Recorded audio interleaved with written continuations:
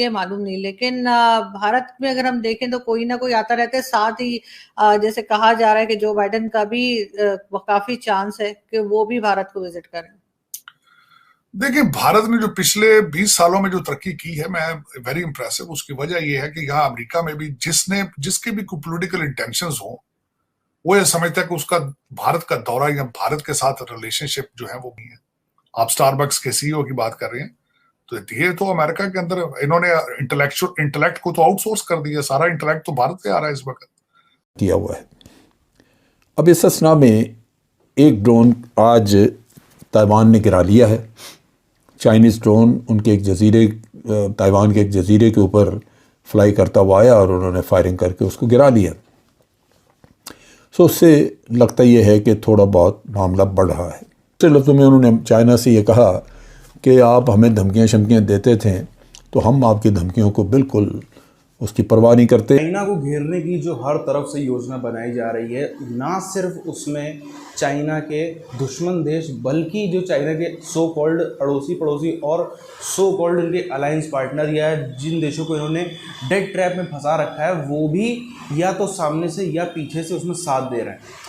अब एक तरफ हम देख रहे हैं बराबर कहीं नैन्सी पेलोसी का दौरा, कहीं बाकी 5 सेनेटर्स का दौरा, उधर ताइवान भी कहीं भी डरने की, भागने की, छुपने की बात नहीं कर रहा है। ठीक है, अमेरिका का अपना इंटरेस्ट है, सबका किसी न किसी का इंटरेस्ट रहता है, और जो जंग होती है वो इंटरेस्ट के उद्देश्य से ही लड़ी भी जाती है। चाइना का भी इंटरेस्ट है, अमेरिका का भी इंटरेस्ट है, दोनों चीज़ें हमको वहाँ पर देखनी पड़ेगी। सही गलत है वो अलग चीज़ है, पर ताइवान के लोगों को भी यहाँ पर मानना पड़ेगा। सरकार को भी हम छोड़ दो तो लोग भी किस तरीके से लाखों की संख्या में देश छोड़ के भागने की बजाय, पलायन की बजाय सीख रहे हैं किस तरीके से हथियार चलाने, किस तरीके से घायल लोगों को बचाना है, किस तरीके से कोई कहीं पर बम बम फट जाए वहाँ से कैसे लोगों को निकालना है, सब चीज़ों की ट्रेनिंग ले रहे हैं। इस राष्ट्रभक्ति को भी एक बार मानना पड़ेगा।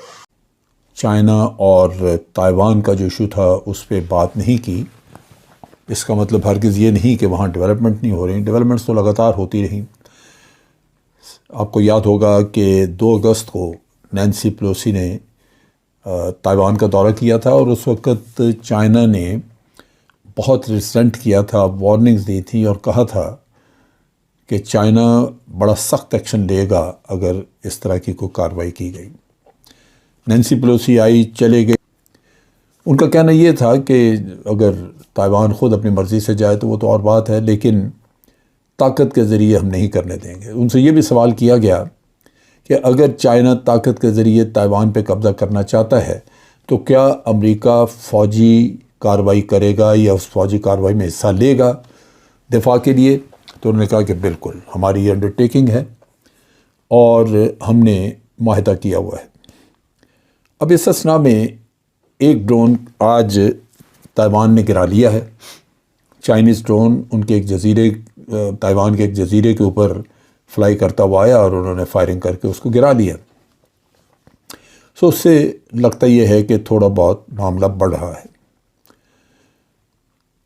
इसी असना में इससे पहले नैन्सी पेलोसी के विज़िट के बाद अमेरिकन सेनेटर को 5 के करीब वो भी विज़िट करके गए ताइवान।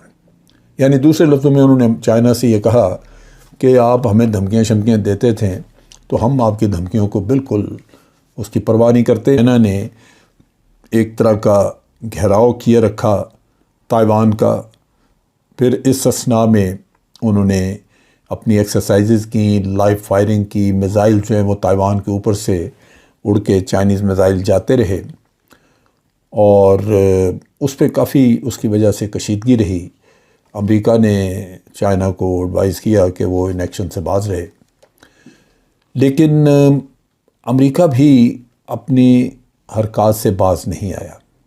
ये वॉरियर्स हैं, उनके ऊपर उसका काफ़ी ख़र्चा आएगा, उसका गालिबन $500 मिलियन या इससे कुछ ज़्यादा, लेकिन वो शख्स तैयार है और वो रिक्रूटमेंट का अमल शुरू करेगा। मैं यहाँ कई प्रेसिडेंशियल कैंडिडेट्स को देखता रहा हूँ कि वो अपने रेज़्यूमे को ब्यूटीफाई करने के लिए भारत जाते थे, क्योंकि दे आर राइजिंग। उनकी टेक्नोलॉजी, उनका स्टैंडर्ड ऑफ एजुकेशन, ये सारी चीजें जो हैं they have made them stronger.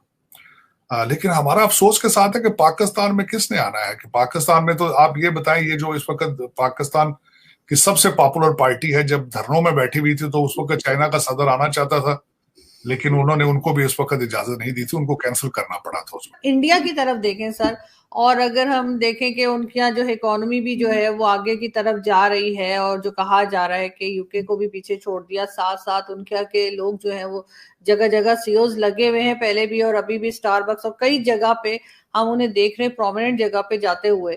आरजू, मैं इसमें सबसे ज्यादा क्रेडिट देता हूँ लीडरशिप को, लीडरशिप, सिंसियर लीडरशिप।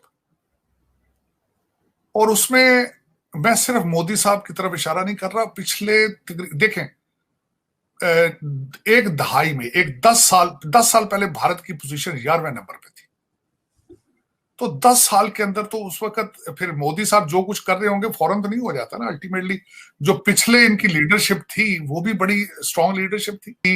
लीडरशिप ने उनको कौमियत का कॉन्सेप्ट दिया है, और उन्होंने ऐसे फैसले किए, सख्त फैसले, जिनका रिएक्शन भी आया है। लेकिन वो मैं समझता हूं इसमें सिर्फ और सिर्फ मैं क्रेडिट दूंगा लीडरशिप, भारत की लीडरशिप जो है, उन्होंने उनको नेक्स्ट लेवल पर ले गए हैं। मोदी साहब ने इस पे स्पीच दी अगले दिनों के 2047 तक हम we will be a developed world, जिससे कि चाइनीज़ को एक रेजिस्टेंस मिलेगा साहिली इलाकों में, मुख्तलिफ जगहों पे जहाँ ये सिविलियन वॉरियर्स जो हैं ये ट्रेनिंग के बाद वहाँ पे डिप्लॉय कर दिए जाएंगे।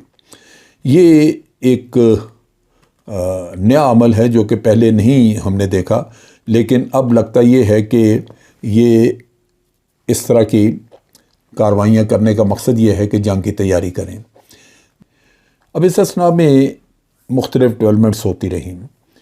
चाइनीज़ ने ड्रोन्स का भरपूर इस्तेमाल किया, उसमें ड्रोन्स नॉन मिलिट्री ड्रोन्स थे जिनको वो सिविलियन ड्रोन्स हम कहते हैं, वो भी इस्तेमाल किए, और वो इनकी वायलेशन करते रहे एयर स्पेस की, ताइवान की एयर स्पेस की। ताइवानीज़ उसके ऊपर वार्निंग्स वगैरह भी देते रहे, लेकिन ये काम जारी रहा। ताइवान आज चाइनीज़ खौफ की वजह से वो लाजमन भाग दौड़ कर रहे हैं कि वो वेपन्स ले सकें, अमेरिका वेपन दे उनको। नतीजा ये है कि उनसे भी अमरीकी खासा माल कमाएंगे। आप कह लीजिए बिलियनर, उसने ऐलान किया है कि वो 33 लाख 3.3 मिलियन सिविलियन वॉरियर्स तैयार करेगा जो कि जजीरे का दिफा करेंगे चाइनीज़ के ख़िलाफ़। 2 दिन पहले अमेरिका ने ताइवान को $1.1 बिलियन के हथियार देने का ऐलान किया। अमेरिका की ये बड़ी खूबी है कि जहाँ भी कहीं कॉन्फ्लिक्ट होता है वे किसी एक साइड को वेपन्स प्रोवाइड करना शुरू कर देते हैं। यूक्रेन में धड़ाधड़ हथियार जा रहे हैं, अमेरिकी कई तकरीबन को $7-8 बिलियन खर्च कर चुके हैं।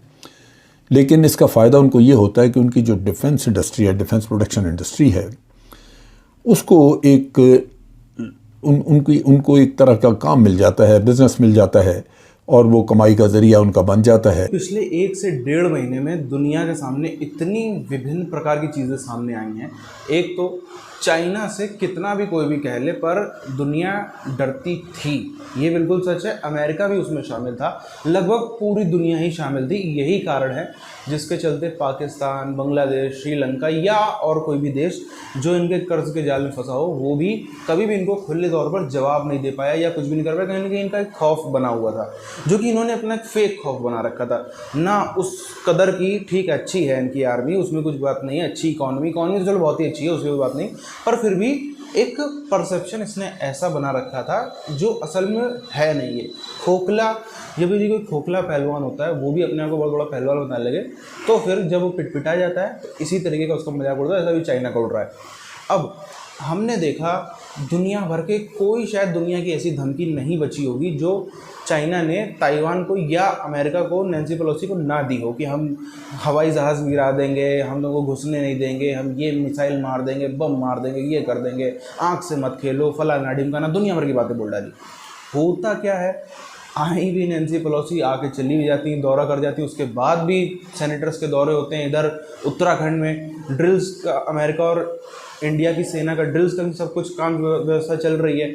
उधर बाइडन का यहाँ पे आने का भी हो रहा है, सब काम चल रहा है। इधर बीच बीच में ज़्यादा इसने किया क्या, 2, 4, 5 ड्रोन्स हमने देखा है उसकी तरफ, ताइवान की तरफ छोड़े और वो ड्रोन्स भी मार के गिरा देंगे। हाँ, कुछ मिसाइलें वैसाइलें ज़रूर ऊपर से उड़ती गई हैं, पर ताइवान का किसी भी तरीके से नुकसान या कुछ भी बिगाड़ नहीं पा रहा है चाइना अब तक। जब से ये लगभग अब 1.25 महीना होने जा रहा है, नैन्सी पेलोसी का जब से बात चल रही थी आने के पहले से, तब से जब से धक्केबाजी के बाद चल रहा है, कुछ भी नहीं कर पाया चाइना।